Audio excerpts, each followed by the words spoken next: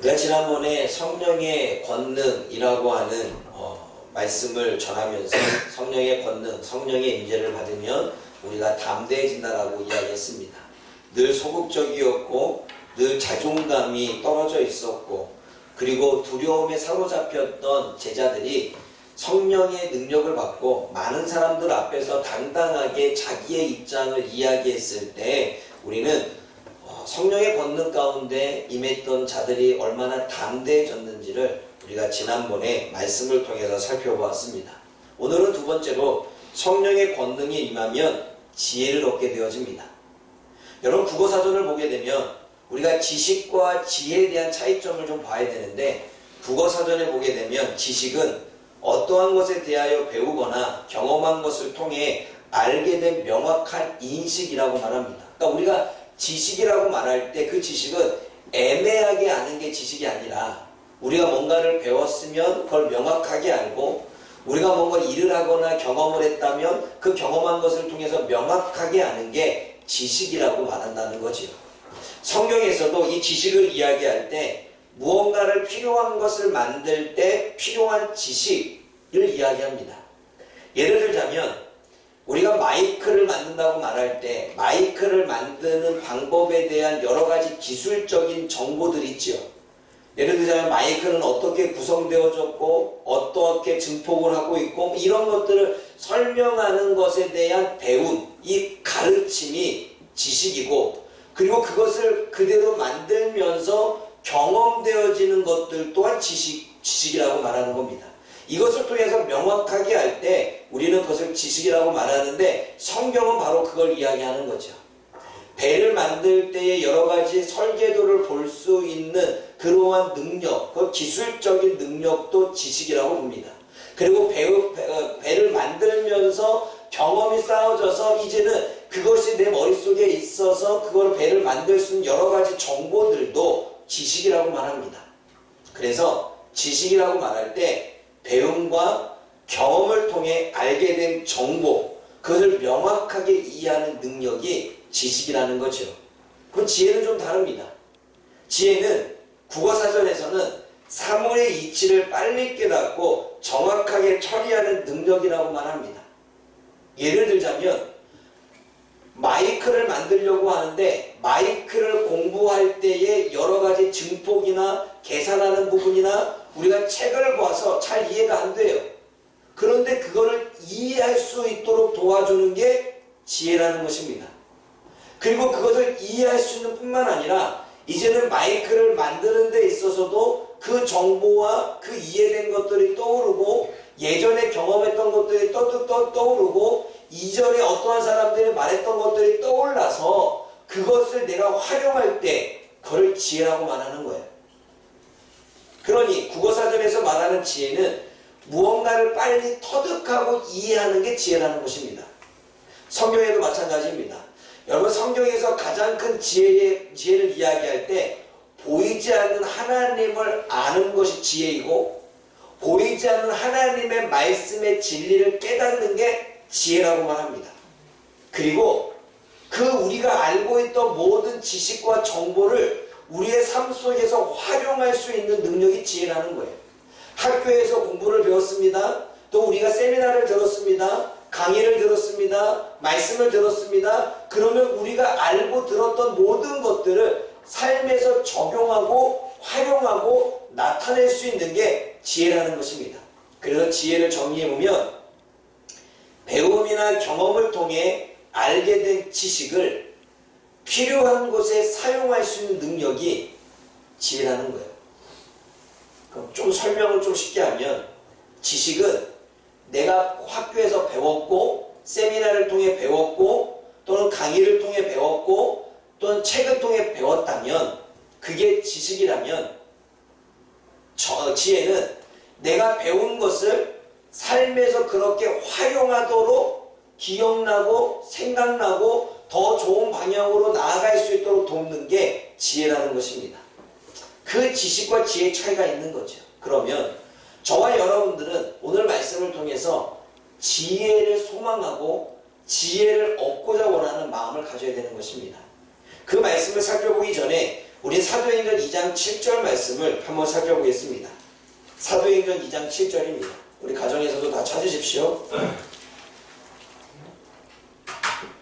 사도행전 2장 7절. 우리 함께 읽어봅니다. 시작. 바울아 신기하게 여기되 보라 이 말하는 사람들이 다 갈릴리 사람이 아니냐. 뭐라고 말씀하고 있냐면 지금 갈릴리 사람이 아니냐라고 하는 이 단어가 우리가 볼 때는 갈릴리 지역의 사람인가 보다 라고 말하는 것처럼 느껴지는데 그렇지 않습니다. 이 말씀은 좀 비꼬는 말씀입니다. 왜 비꼬는 말씀이냐면 배경을 보게 되면 갈릴리 지역에 살고 있는 사람들은 교육적인 혜택을 받지 못한 사람들입니다. 그리고 갈릴리 지역에 있는 사람들은 우리가 서울에서는 서울 말씨를 쓰지만 갈릴리 지역은 사투리를 씁니다. 그래서 자신들은 히브리어를 행하고 있는데 히브리어를 말하고 있는데 다른 사람이 들 때는 히브리어가 사투리 억양으로 들리는 겁니다. 마치 우리 경상도나 전라도 이야기하는 것처럼. 그리고 베드로가 예수님을 부인했어도 억양으로 갈릴리 사람이면 알 수 있었다고 말합니다. 볼까요? 마가복음 14장 70절 말씀 한번 보겠습니다. 마가복음 14장 70절입니다.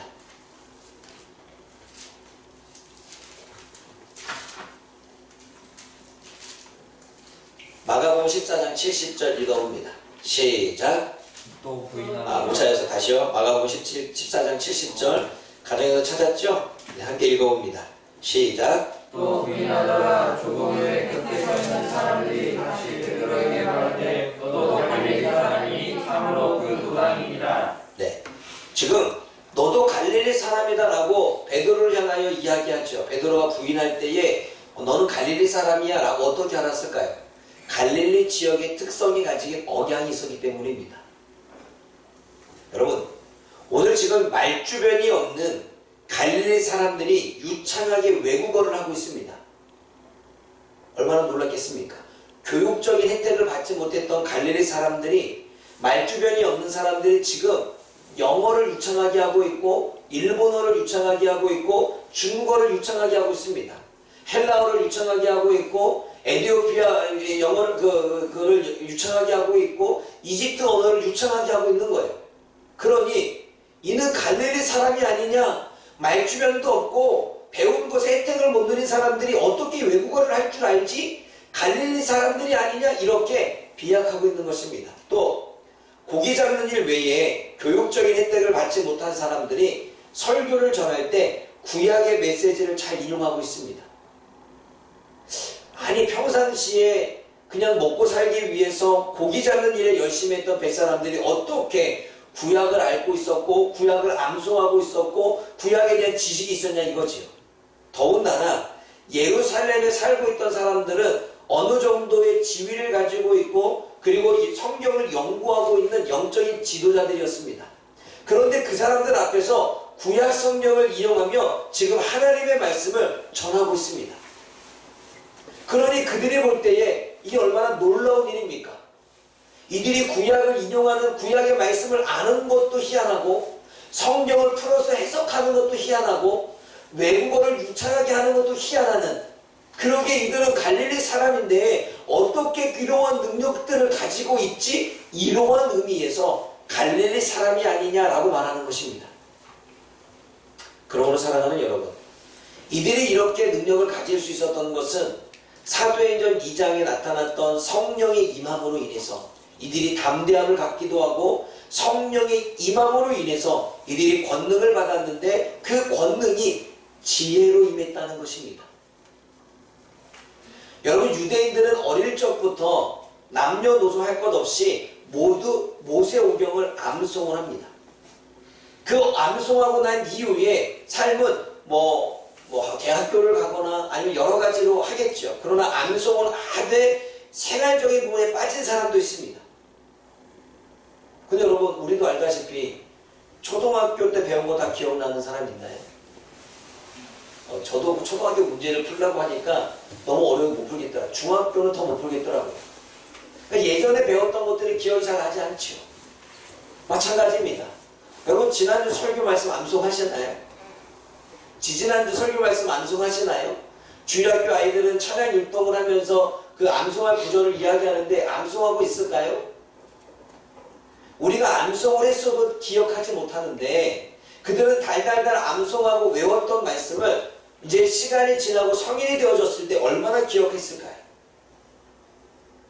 그런데 그 사도들이 지금 성령이 임하자 그때 들었던 이 말씀들, 그리고 예수님에 의해서 가르침을 받았던 말씀들이 떠오르기 시작하고 생각나기 시작하는 것입니다.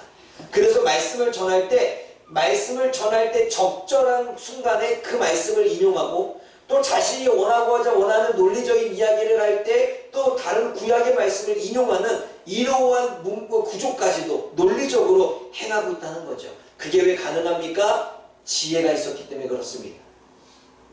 그런데 그 지혜는 이들이 성령의 충만함을 받을 때 나타납니다. 그게 성령의 역사이지요. 여러분, 사도들이 말을 하고, 그 당시에 설교는 연설이었습니다. 광장 앞에 사람들을 모아놓고 어떤 단상에 올라가서 그들에게 복음을 전하는 것, 이러한 연설이 그 당시에는 설교였지요. 그 많은 사도들의 말을 듣고 많은 사람들이 그 설교에 찔림을 받고 감동을 받습니다. 교육적인 혜택을 누리지 못했던 갈릴리 사람들, 말주변이 없었던 갈릴리 사람들의 설교를 듣고 감동을 받고 있습니다. 그리고 사도들이 확신에 찬 말로 성경을 연구했던 사람들 앞에서 보란듯이 구약을 인용하고 말씀을 증거하고 있습니다. 또 그 설교를 듣고 3,000명이 회개하고 돌아오며 그 3,000명이 교육적인 혜택을 받지 못한 갈릴리 갈릴리 사람들에게 교육을 받고 있습니다. 그게 오늘 본문의 이야기죠. 42절 말씀을 다시 읽어봅니다. 2장 42절입니다.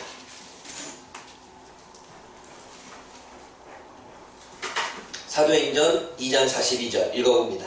시작. 그들이 사도의 가르침을 받아 서로 교제하고 떡을 떼며 오로지 뼈를 힘쓰라. 네. 여러분, 그동안의 사도들이 지금 이 사람들 앞에서 연설하는 것은 그동안에 자신이 알고 있던 지식, 예수님에 의해 가르침을 받았던 지식, 이 정보와, 그리고 예수님을 따라다니면서 경험하면서 알게 된 지식, 그리고 귀로 들었고 눈으로 보면서 알게 된 여러 가지들이 복합적으로 지금 이 설교 안에 나오고 있는 것입니다. 그것을 종합적으로 나올 수 있도록 돕게 하신 분이 바로 성령님이신데, 그 성령님이 지혜를 주셨기 때문에 가능한 것입니다. 그러므로 성령의 권능은 지혜로 역사합니다. 우리가 알고 있었던 지식을, 우리가 알고 있었던 정보를 우리가 사람들에게 연설을 할 때, 우리가 설교를 할 때, 우리가 누군가를 가르칠 때 그게 지혜로 나타나서 할 수 있는 능력을 주는 것입니다. 여러분, 제가 설교를 여러분들 앞에 살고 있는데 원고가 따로 없지요. 원고가 따로 없는 이유는 무엇 때문입니까? 그동안에 내가 보았고 알았고 경험했고 연구했던 것들이 머릿속에 있는데, 그것이 지금 하나의 그냥 구조를 통해서 여러분들에게 설명을 하고 있습니다. 왜 가능합니까? 성령님의 지혜입니다. 여러분, 설교를 준비할 때, 설교를 준비해 본 사람은 알겠지만 설교를 준비하다가 어느 구절이 갑자기 떠오릅니다. 그럼 떠오르면 그 말씀을 찾아서 인용하게 되지요. 전혀 기억하지 못했던, 생각하지 않았던 말씀이 설교를 준비할 때 떠오르는 것은 성령의 역사이겠죠. 아마 저와 여러분들도 누군가에게 복음을 전하려고 할 때, 전도를 하려고 할 때 나도 모르게 갑자기 이런 말을 해야 되겠다라고 이러한 정보를 전해주거나 아니면 이러한 말씀을 인용해서 말해야 되겠다라는 것들이 떠오를 때가 있습니다. 그게 왜 가능합니까? 성령의 역사입니다. 그게 지혜라는 거지요. 그러면 사도들이 이러한 권능을 받고 행하는 이 지혜가 얼마나 중요한지 잠언서에서는 계속해서 지혜를 구하라고 설명하고 있습니다. 잠언서 1장부터 31장까지 지혜에 대한 이야기를 하고 있는데, 여러분들이 읽어보면 그 지혜 가진 자가 얼마나 큰 은혜 가운데 사는지를 알게 되어집니다. 그 마지막이 여러분 지난주에 나누었던 현숙한 여인에 대한 모습이지요. 현숙한 여인은 지혜로운 여인을 말합니다. 그 지혜로운 여인이 얼마나 큰 지혜를 가졌기에 무역도 하고 또 사업도 하고 사업도 잘 부리고 다른 사람들의 달란트를 보고 역할도 분배하고 리더십도 행하고 다른 사람들을 존중할 줄도 알고 문제가 생기면 대화 가운데 인간관계 가운데 일이 생기면 잘 풀어내는 능력이 그 여인에게 있었습니다. 그게 지혜였다는 겁니다. 그러니까 현숙한 여인은 지혜로운 여인을 의미하고 현숙한 사람은 지혜로운 사람을 말합니다. 그 지혜로운 사람은 부귀영화까지 누릴 수 있다라고 우리는 지난주에 살펴보았습니다. 오늘도 살펴볼 것입니다. 말씀 한번 찾아봅니다. 잠언서 2장 4절에서 5절입니다. 다 한번 가정에서 찾아보겠습니다. 잠언서 2장 4절에서 5절.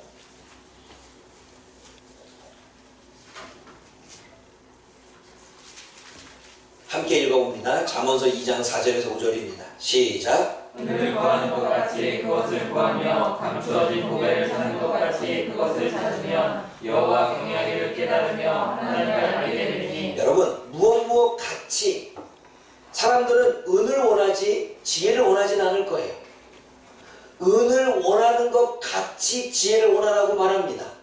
보배로운 것들을 원하는 것 같이 지혜를 원하라고 말합니다. 이것을 저와 여러분들이 살고 있는 현대 언어로 풀어보면 이렇습니다. 여러분, 부자가 되고 싶은 사람이 없는 사람이 누가 있겠습니까? 물질을 원하는 것 같이 지혜를 구하라는 것입니다. 건강을 원하는 것 같이 지혜를 구하라는 것입니다. 인간관계 속에서 문제가 잘 풀리기를 원하는 것 같이 지혜를 구하라는 것입니다. 사업이 잘 되기를 원하는 것 같이 지혜를 구하라는 것입니다. 공부를 잘하기를 원하는 것 같이 지혜를 구하라는 것입니다. 수학과 영어 문제를 잘 풀기를 원하는 것 같이 지혜를 구하라는 것입니다. 여러분, 그만큼 지혜가 중요하다는 것입니다. 그래서 우리가 사모하고 있는 것, 우리가 기도하고 있는 그 기도 제목, 우리가 살면서 간절히 원하고 있는 그것과 같이 지혜도 구하라고 말합니다. 그만큼 지혜가 중요하다고 이야기하지요. 또 이야기합니다. 잠언서 3장 13절에서 18절까지 그 당시에 중요했던 금을 얻는 것보다 지혜를 얻는 것이 낫다라고 이야기합니다. 왜냐하면 지혜를 얻으면 부귀영화는 따라오고 장수, 건강까지 따라온다고 말합니다. 잠언서 3장 13절 18절 읽어봅니다. 가정에서도 같이 읽습니다. 시작. 지혜를 얻는 자와 용서를 얻는 자는 복이 있나니 이는 지혜를 얻는 것이 은을 얻는 것보다 낫고 그의 일이 성공보다 나으니라. 지혜는 진주보다 귀하니 내가 사모하는 모든 것으로도 이에 비교할 수 없구나. 그의 오른손에는 장수가 있고 그의 왼손에는 기가 있나니 그 길은 즐거운 길이요 그의 지름길은 다 평강이니라. 네, 여러분 오전에는 얘기하지 않았어요. 왜냐면 오전에 설교하신 분들이 또 여기 앉아 있으니까 또 다른 걸 얻고 가야 되잖아요. 여러분, 지혜 있는 사람이 장수를 얻는다고 이야기합니다. 왜일까요? 왜 지혜를 가진 사람이 장수를 얻을까요? 여러분, 우리가 건강에서 가장 중요한 것은 스트레스를 받지 않는 거지요. 그러면 스트레스는 누구의 관계에서 옵니까? 사람과의 관계에서 오게 되고 내가 일을 하고 있는 것 가운데 스트레스를 받게 되어집니다.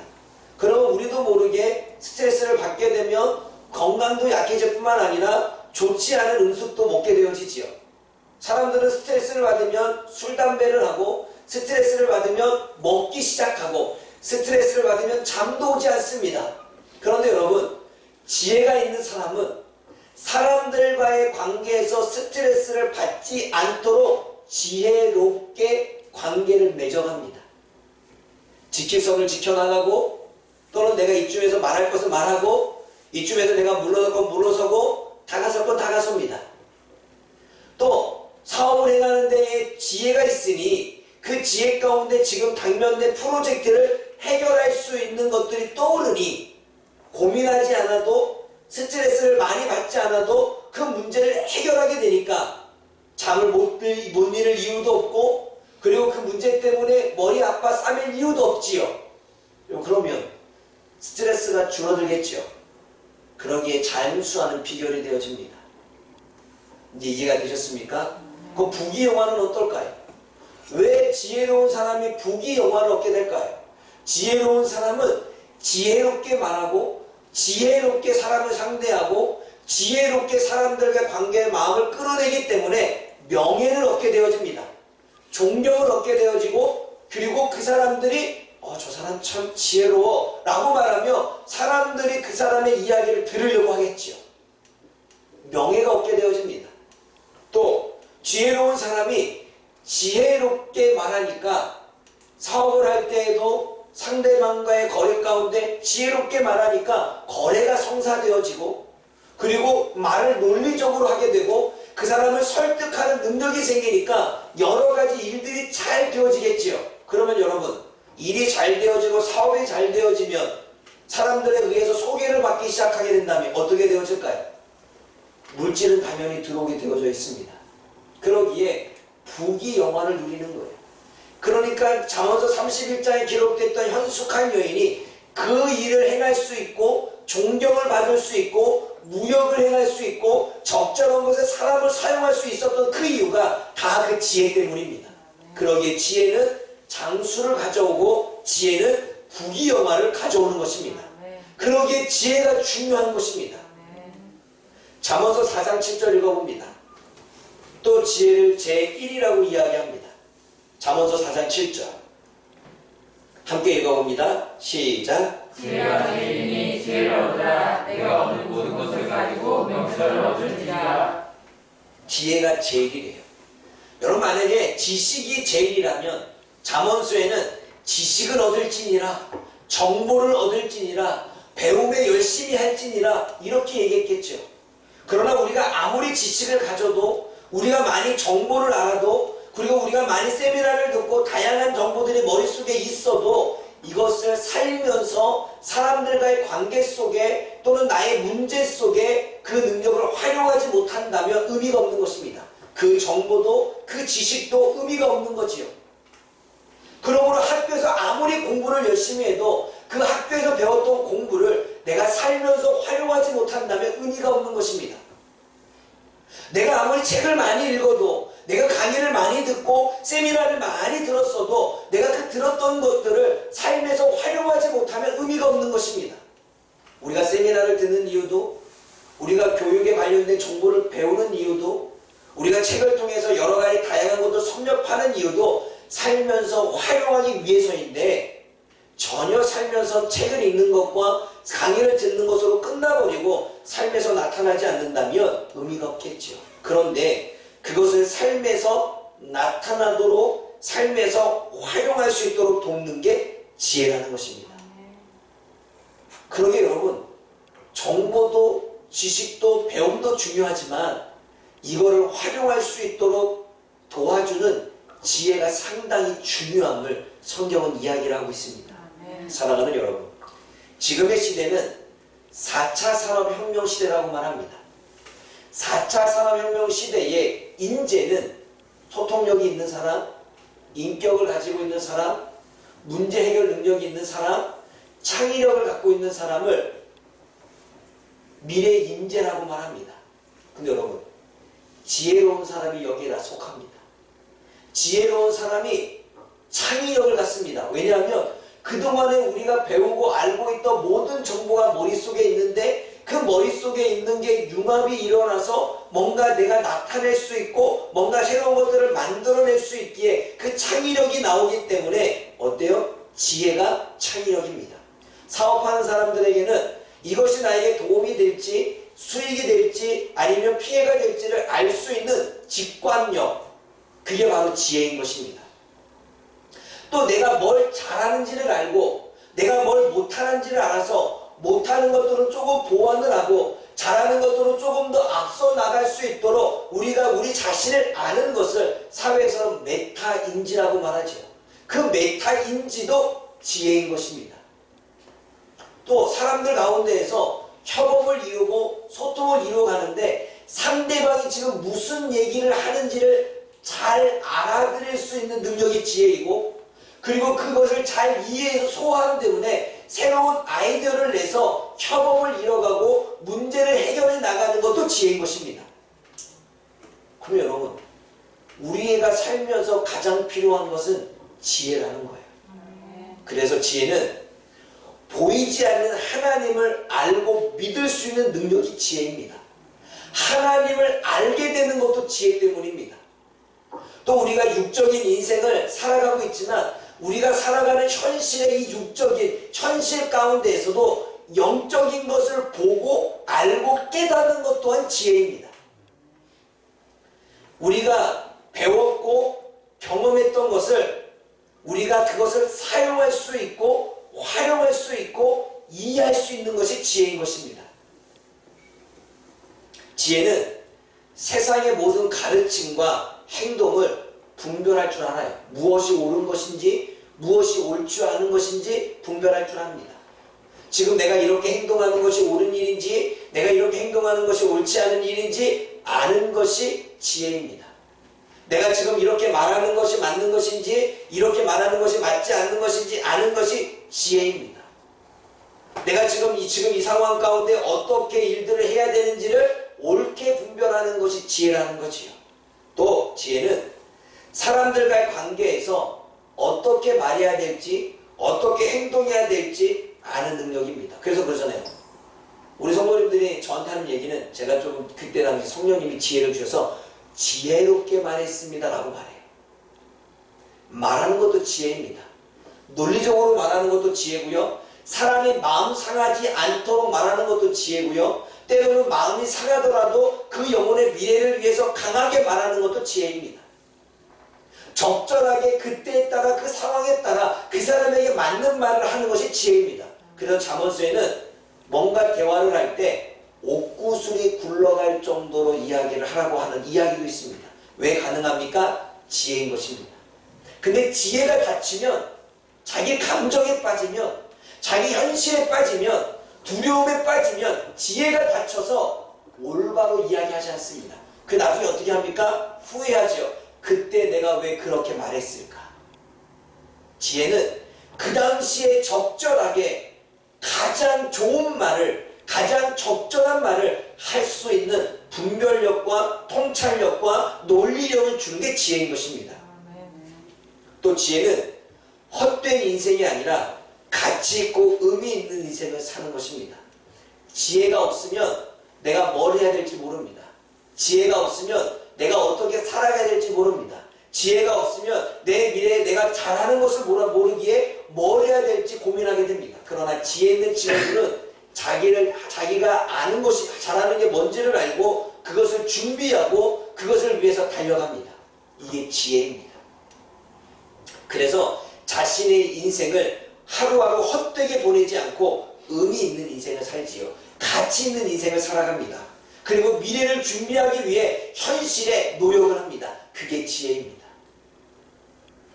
또 아까도 이야기한 것처럼 지혜는 장수할 능력과 부귀영화를 누릴 능력을 주지요. 또 지혜는 기다릴 줄도 알고 베풀 줄도 합니다. 또 지혜는 내가 지금 베풀어야 되는지 아니면 베풀지 말아야 되는지도 압니다. 그게 지혜입니다. 또 지혜는 교만을 버리게 되고 겸손할 줄 아는 능력입니다. 지혜로운 사람은 겸손해요. 100%입니다. 또 지혜는 나를 유혹하는 자가 누구인지를 알고 그 유혹의 길을 따라가지 않습니다. 그래서 잠언서에 젊은이가 음녀가 유혹하고 있는데 그 유혹에 빠져서 끌려간다는 기록이 있습니다. 그래서 그 젊은이를 어리석은 자, 지혜롭지 못한 자라고 말하지.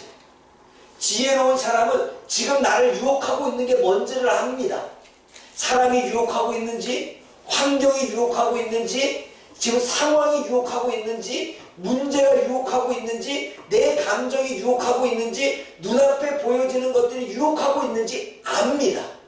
알아서 그 유혹하는 대로 끌려가지 않습니다. 이게 지혜입니다. 그래서 지혜로운 자는 절대로 유혹에 넘어가지 않습니다. 사랑하는 여러분, 이것이 지혜라면 우리가 살면서 지혜가 얼마나 중요합니까? 이것이 지혜라면 우리가 살면서 지혜로운 자로 살아간다는 게 얼마나 중요합니까? 그러면 저와 여러분들이 배움도 중요하고 또 학교에서 가르침도 중요하지만 저와 여러분들이 그것을 사용할 수 있는 이 지혜도 중요한 거예요. 그런데 이 지혜를 갈릴리 사람들이, 무능력한 사람들이 지혜를 가질 수 있었던 것은 사도행전 2장에 성령이 임했기 때문입니다. 그런데 그 성령이 임함으로 이들이 지혜가 생겼는데, 그 성령이 임할 때에 어떤 일이 벌어졌냐면 기도했기 때문입니다. 그러므로 여러분, 우리가 지혜를 원하고 살면서 하나님의 능력을 활용하기 원한다면 저와 여러분들이 이해할 수 있는 이해력도 많아지고, 선생님들이 이해할 때마다 그 말씀하실 때마다 그 말씀이 확 와닿고 깨달아지기를 원한다면 우리는 그만큼의 기도 생활이 중요한 것입니다. 그러므로 공부를 3시간 합니까? 그러면 우리는 1시간을 기도해야 됩니다. 여러분들이 사업을 운영하면서 또는 직장생활하면서 사람들과 문제 때문에 기도하십니까? 그러면 그 문제를 해결하기 위해서 정보도 얻고 또 다른 사람들과 관계 속에서 어떻게 해야 되는지 이 사람 저 사람 조언을 얻고 하십니까? 우리가 그렇게 하는 것만큼 우리는 하나님 앞에 엎드려 기도해야 됩니다. 기도는 하나님의 능력을 가져옵니다. 기도는 그 상황의 문제를 해결할 수 있는 지혜를 주십니다. 그래서 예수님도 제자들을 가르치고 주어지는 공생의 생활을 3년 동안 하시면서 문제에 부딪힐 때마다, 상황에 부딪힐 때마다 주님은 기도하셨습니다. 새벽에 나가 기도하셨고 또는 저녁에 나가 기도하셨고 밤새도록 기도하셨습니다. 그리고 기도하고 난 이후에 문제들을 해결하셨고 기도하고 난 이후에 제자들을 가르치셨습니다. 기도는 중요합니다. 사랑하는 여러분, 지혜가 이렇게 중요한 거라면 우리는 기도를 잃어버려서는 안 됩니다. 믿음의 사람들에게 가장 중요한 것은 말씀을 읽는 것도 중요하지만 기도하는 것도 중요합니다. 말씀을 읽고 기도할 때 성령이 임해서 우리가 주어지는 모든 삶에서 내 문제가 어떠한 문제 때문인지, 내 인간관계가 어떠한 문제 때문인지, 내 사업이 풀리지 않는 이유가 무엇 때문인지, 지금 상황을 내가 어떻게 해결해야 되는지를 알도록 도와주시는 분이 성령님이시고 지혜인 것입니다. 그래서 저는 새벽마다 기도하는 거예요. 아니, 새벽마다 기도할 뿐만 아니라 늘 하나님 앞에 머리를 조아려 기도합니다. 왜요? 내가 할 수 없으니 이 문제를 해결할 분은 오직 하나님이시기 때문에 그렇습니다. 사랑하는 여러분, 파주목양교회 모든 성도님들은 어린애에서부터 작년에 이르기까지 우리 친구들, 또 우리 가정에서 지금 예배를 드리고 있는 민지나 보혜나 우리 보은이, 또 이 현장에 나와 있는 우리 명성이나 우리 친구들처럼 우리가 지혜롭게 되어지고, 그리고 우리가 뭔가 능력을 얻기 위해서는 반드시 기도는 필요하다. 그래서 기도의 자리에 나와 30분이든 1시간이든 하나님 앞에 기도하기 시작하면 어느 순간 내가 이해되지 않았던 게 이해가 될 것입니다. 어느 순간 깨달아지 못했던 게 깨달아질 것입니다. 어느 순간 나도 몰랐던 아이디어와 창의력이 생길 것입니다. 그 모든 것들은 하나님의 능력인 줄 믿습니다. 그러므로 저와 여러분들이 그러한 지혜 가운데 정말 능력 있는 인생을 살아가기를 주님의 이름으로 부탁을 드립니다.